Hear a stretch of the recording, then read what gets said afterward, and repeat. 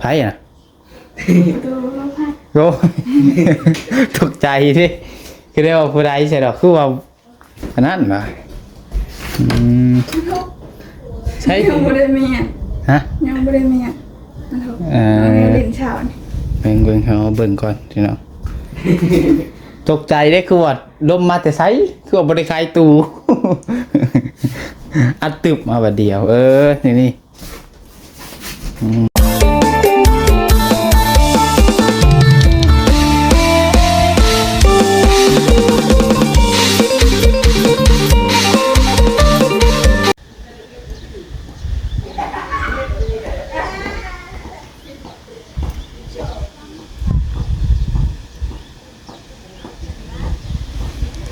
น้องเนาะ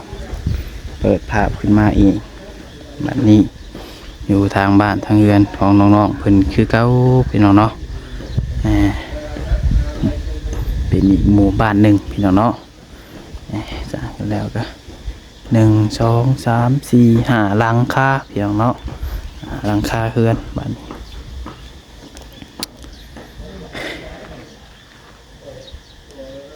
ก็เดินเบิดกับทักทายสบายดีสวัสดีพ่อแม่พี่น้อง FC เบิดสู่คนเด้อพี่น้องเด้อเบิดสมองสุบอนว่าสิอยู่ฝั่งลาวฝั่งไทยแล้วก็อยู่ทางต่างประเทศพี่น้องเอ้ยก็ยินดีต้อนรับเข้าสู่ช่อง YouTube น้องพัดชัยชาแนลอีกแล้วพี่น้องเนาะมาพบมาพ้อกันตอนนี้ก็สิพาพี่น้องมาเบิ่งทางบ้านทางเรือนของน้องไม้พี่น้องเนาะเพื่อเพิ่นเสร็จบุญแจกบุญยังอะไรพี่น้องก็ทางบ่เวียงเพิ่นก็เอาความบุญมาให้แล้วพี่น้องเอ้ยมือใดจ้างมือใดอันนั้นพี่น้องเนาะสิพาพี่น้องไปเบิ่งไปชมบรรยากาศนำกันก่อนหอดมือหอดยามพี่น้องเนาะ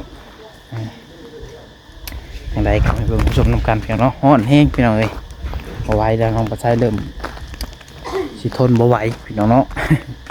อากาศมันร้อนอยู่ยากพี่น้องเนาะเลาะไปแถวนี้เนี่ยพี่น้องเลาะไปเลาะมาพี่น้องเอ้ยงานตกงานพักกันเนาะน้อย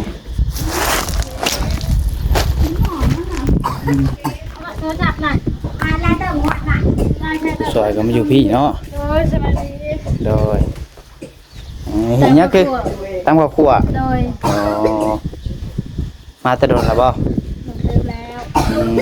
ข้ายังจะประมาณจะคือถามได้แบบนี้ฮะถามก่อนคืนแมนจะข้ายังมาคาเวียคอยเวียกมาไม่ว่าจะขึ้นมาวันนี้ก็บริขึ้นมาจนฮอดอันนี้พี่ได้จนบ้านไซอุดมเลยคือนี่ไอ้ผลโทรมากับคืนนี้ไปเวียกด่วนวันนี้ก็จนคำไปเห็ดตัวมันนั่นได้เงินไว้ก่อนนี่มันผมมีเงินฮอดสิขึ้นมาเลยมีฮอดเงินสิใส่น้ำมุกน้ำมันขึ้นมาไปเฮ็ดเวียกเสริมน้ำถ่ายแต่ YouTube มันผลพอได้นะวิวมันผลเลยคือเห็นพี่น้องเนาะถ่ายแต่เงินเดือนแล้วก็เดือนจะออกเนาะแมนก็สิออกกำหนดเงินเดือนนี่คือว่าไอ้ขบกระเพราฮะก็หากินปลาเขาว่าอาจเป็นยังน่ะหกปลาซิวเอามาใช้น่ะแม่ไปสอนวันนี้ไปหาสอนพอก็ไปมากันเจ้าก็ไปมาแม่มาฮอดแล้วมาเวียงกับมาจากมาแล้วโอ้ยพักผ่อนก่อนว่าเดี๋ยวกลับเมื่อคืนกลับเมื่อไปหาหน่อไม้อีช่างอยากกินแกงหน่อไม้อีช่างบ่ได้ใช่ได้ปลาแทนได้ปลายังกินช็อกโตนึงอ่ะนะช็อกโตพอแล้วยอมแช่มันเบิดบ่ยอมไม่ไล่มือไก่ไผ่นี่ไก่น้องเคยทองบ่คือเรียกว่าไก่น้องไม้แล้วเลยตามข้าวใหม่แล้วล่ะจิกตองมันกินมั้ยเอาเลยหาไปกินข้าวมานี่กะเนี่ยเยื่อน้องไม้คนคือสีลมๆเนี่ยเนาะสีลมเนี่ยมันโล่งได้เนาะอยู่นี่แมนอายุบริกินของน้ำน้องจ้อยโชยมาเท่านี้เนาะเช้ามีกินแล้วบ่ย่ำเช้าแล้วบ่ยับ ปกติขนังเฮ็ดน้องไม้นี่กินโชยมาแล้วได้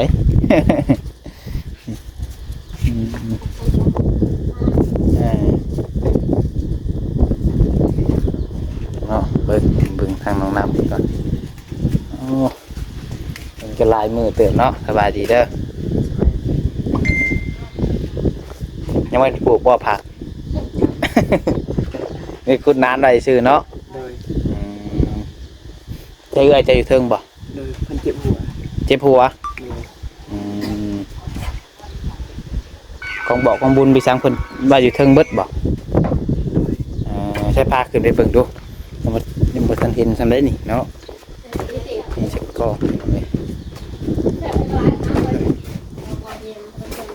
เด้อเนี่ยเห็นเป็นศาสตร์เนาะใช้ประตูขายได้แต่สำนีบ่นี่มันเตื่อยลงบ่น้องน้ำ โดย ลองอัดเขาดูนะ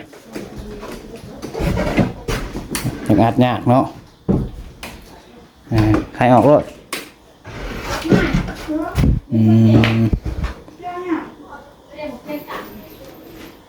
นี่เรื่องของบุญเพิ่นกันเนาะตั้งไว้เทิง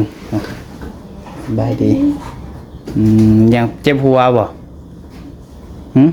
จะน้อยนะสักเครื่องแล้ว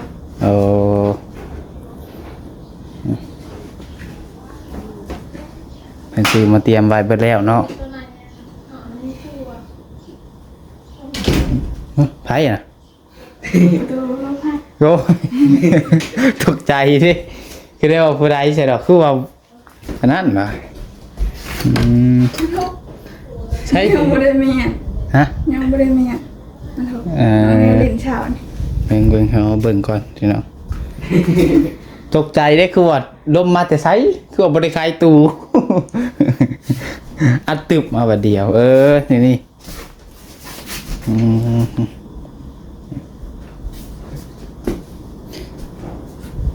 ใช่น้องน้ำนอนใช่สันน้องน้ นอนเรียนพอน อนเรือนพอเลย เลย บ่ได้มานอนน้ำเบื่อยซ้ำเดี๋ยวนี้ ไม่ได้มาม านอนจะคืนมานอนน้ำเบื่อย นอนคืนเดียว คืนเดียว เลย เป็นยังคือผมมานอนเบื่อย บุญอยู่บนงานดอกอยู่บนเลยนอนเรียนพอเลยบัดมาตอนดึกกับปากกามามันดึก แถวนอนน้ำเบื่อยมานอนตั้งแต่มือแรกพุ่นบ่มือพุ่นตั้งแต่จะมาพุ่น เลย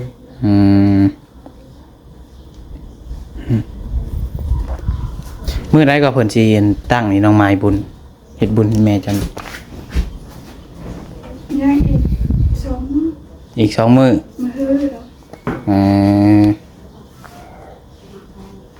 อีก2มื้อวันเสาร์บ่ โดย โอ้น้ำดอกน้ำแดงจังเพิ่นซื้อมาเตรียมเรียบร้อยเนาะบ่ได้ฟันหยังบ่ ไม่ได้ผ่าน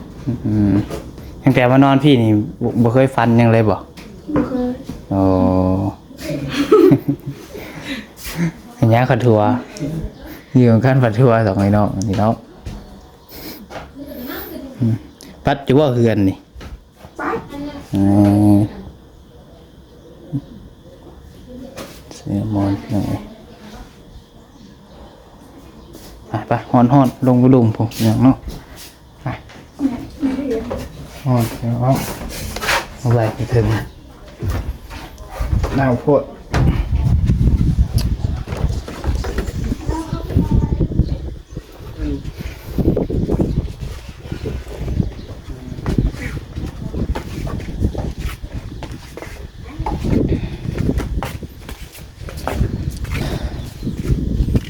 เอาไว้อยู่ถึงฮ้อนก็ได้อ้าว ทำไมได้ล่ะโอ้ยอยู่ใจปลา กันบ่ซอยกันหาก็ได้แต่เช้าเนาะ แม่ดิ นั่งนอนอยู่ ฮะ มาตื่นในมือเถื่อ เช้าเจ้าเฮาบ่ยังบ่อิ่มเนาะ ถ้าแค่นั้นเราจะหาคนหลบได้ถ้ามันเบาจำย่อแล้วก็จะกดกับจับ เดี๋ยวแต่ได้ คุดยืนน้ำมันก็ยังมีอุ๊บเหรอ ขึ้นหน้าขึ้นหลัง มันยังกันนอนบ่อิ่มเนาะบายเพิ่นนอนหั่นแหละ ดังนั้นจะหลักกล่องมันเป็นบังเกิดบังเวียงมันกล่องมาเช้าเติมได้ โกงเถอะบ่ เนาะคนเป็นคนหล่อมาแล้วเอามาโหลดเนาะ อ๋อ มันโอ้โหบาทเลยไม่ได้เอามาใช้ร้ายบาท โอ้โกงเซยเห็นอะไรสบัดนี่ ยากแล้วผมกับย่าแล้วเราห่างนอน โกงก็ต้องให้ปิดมาทางนี่คืนบ่ให้มันสื่อเด้ มันไม่ชื่อแล้วเนาะบาท ใช่ว่ามันตั้งขึ้นเวลาบิดเบี้ยอยู่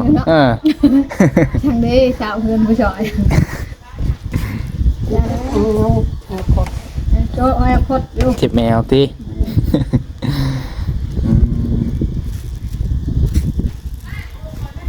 เฮ้ยบังแน่ผู้ชายเลยไปโฮมมันผู้ชายมั้ยทงยางไปเห็นไปโฮมก่อนมั้ย เหมือนบ่ดินเจ้าก็คือฮอดบ่ฮอดพุ่นติเจ้าก็บ่อนามัยปะดินไฟตัวน่ะ กระแดงหน่อไม้แล้วเนาะมันอยู่ไกลแล้วเนี่ยบ่ได้แล้วบ่แม่นก็ต้องอนามัยแล้วหาให้เช่าน้ำฮ้อนก่อนแต่เช่าก่อนทำสิไปให้ตอนนี้ปัญญามันลามไปให้โอ้ยตื่มแล้วจุ่มว่าสำคัญคอยอยู่ได้ดินต่อไปก็เป็นดินประพรคือเก่าบ่ชุดแต่นี่บ่ดินเจ้า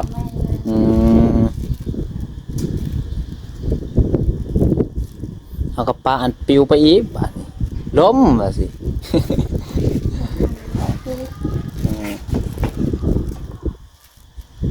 มันจะเอาลงบ่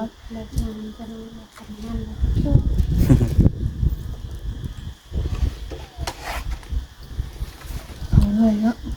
จักสิเฮ็ดได้ขึ้นบ่งอกบ่เขามันยังบ่ฮอดมือมันขึ้นได้ คิดยัง นอนก็บ่อยากหลับ ว่านอนหลัดแรงบ่ ยามนี้ ได้คือว่านอนบ่หลับ มาจากแม่บอก เอ้าคิดน้ำยังคิดน้ำบอลอยู่นี่บ่ บอลอยู่บอลนอนนี่แหละไก่หอดยามฝนละบัด งั้นมาอยู่น้ำเขาน้องๆแล้วนี่ อยู่น้ำน้องๆลูกๆกับแม่อยู่ได้จีดอกเล็กละหน่อยเนาะชั่วคราวนะง่ายว่ากระช่างพูดมาตัดเช้าเห็นกระตุกได้ไปกระช่างเลยเช้ากับแล้วก้อนหลังก็แล้วเพื่อนลูกก้อนจางเรียบแล้วแล้วก็เด็กกินกาแฟเดินนายก้อนหลับ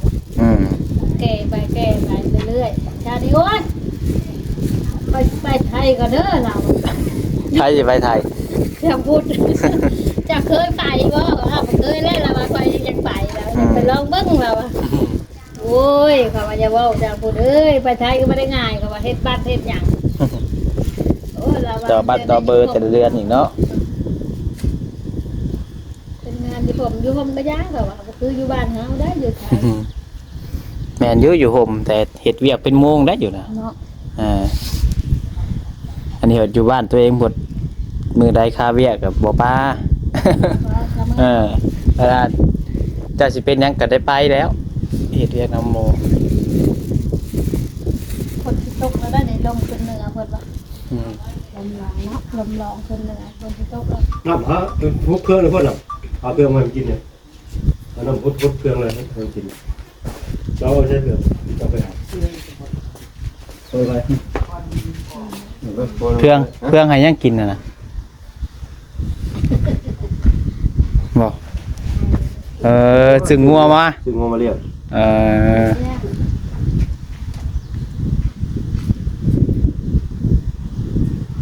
งัวน้องไม้บ่นะฮะงัวค่อยเยอะเอาก็เรียกงัวน้องไม้เราอยู่ล่างเราบ่เห็นยังไงใช่แล้วเรียกว่าแก้วเรียกว่างัวน้องไม้เราอยู่ล่างเนี่ยเราไม่มีเห็นคนบอกกับน้องจ้อยคนผู้เดียวก็ไว้แล้วก็เขาก็เดียวไว้พูดคือน้องดาวเพื่อบ่าวเวียงภาษีบ่าวเวียงสิบอกเวียกว่า เขาได้อยู่ขัวแต่ว่าเขาเพื่อนบ่ได้ เขาทาชีกับทาชีอยู่หัว ฮะ ทาชีอยู่ บ่ได้นะที่เพิ่นบ่ได้ออก ชีอยู่ในตีคนน่ะ จกเอา จกเอาแล้วได้ดมรีบกดโก ไปล้มหมดไปล้มลงดาวไปล้ม ต้องดาวไปลม มันจะกิน เป็นวิน เพิ่นเป็นวินบ่เพิ่น จาก เอ่อ มันแนะนำนะ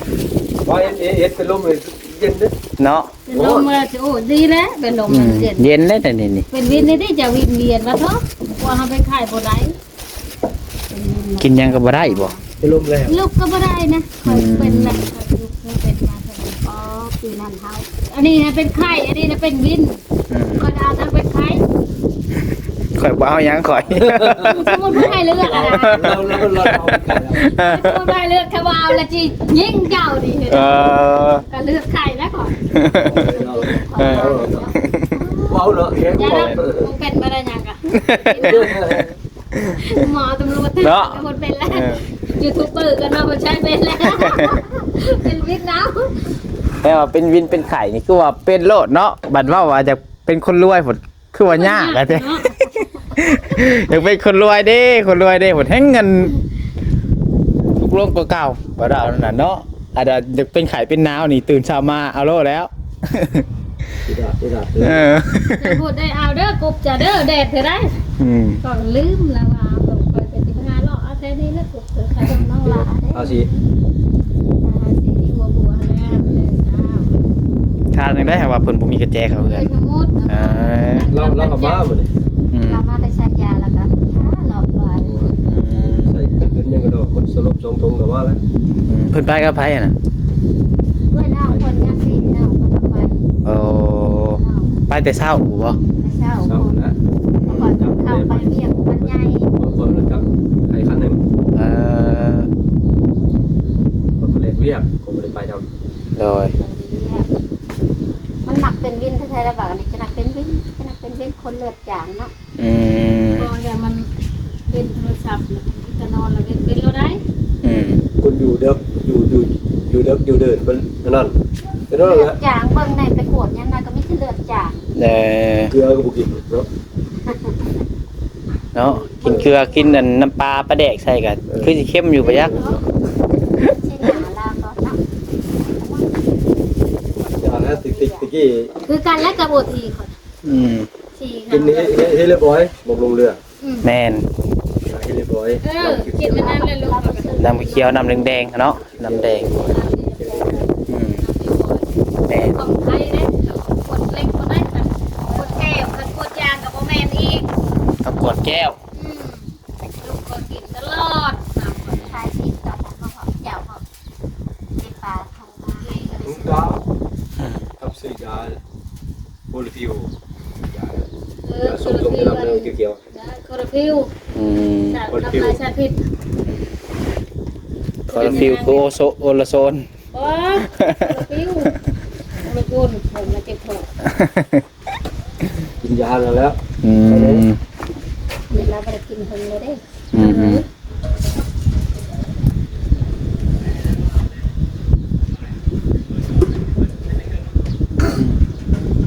อ่ะอย่างนี้เนาะเดี๋ยวไปเบิ่งเพื่อนน้องจ้อยก่อน ไปรับบ่ายโมงอยู่ไหม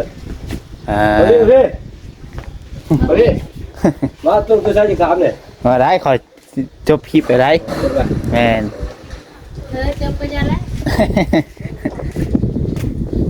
เฮ้ยพี่น้องเนาะอ่ะพี่น้องเนาะเพื่อนน้องไม้ก็ประมาณนี้แหละพี่น้องเนาะโอเคเด้อพี่น้องเด้อสุดท้ายนี้ก็ต้องโอ้ย